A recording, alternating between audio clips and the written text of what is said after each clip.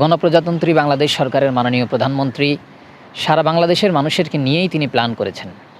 তার ভিতর বৃহৎ অংশ এই দেশের শিক্ষার্থী, নিশ্চয়ই তাদেরকে নিয়ে তার আলাদা পরিকল্পনা রয়েছে। সে পরিকল্পনা বাস্তবায়নের অংশ হিসেবে তিনি ঈদের আগেই শিক্ষার্থীদেরকে, যারা বিদেশে উচ্চশিক্ষা গ্রহণ করবে, তাদের জন্য যে ঋণের ব্যবস্থা সেটা তিনি অলরেডি করতে বলেছেন। তো সেক্ষেত্রে আমি মনে করি পরবর্তী সময়ে ধাপে ধাপে এই পরিকল্পনাগুলো আমাদেরকে জানানো হবে। সে পরিকল্পনা বাস্তবায়নে বাংলাদেশ জাতীয়তাবাদী ছাত্রদল অগ্রণী ভূমিকা পালন করবে।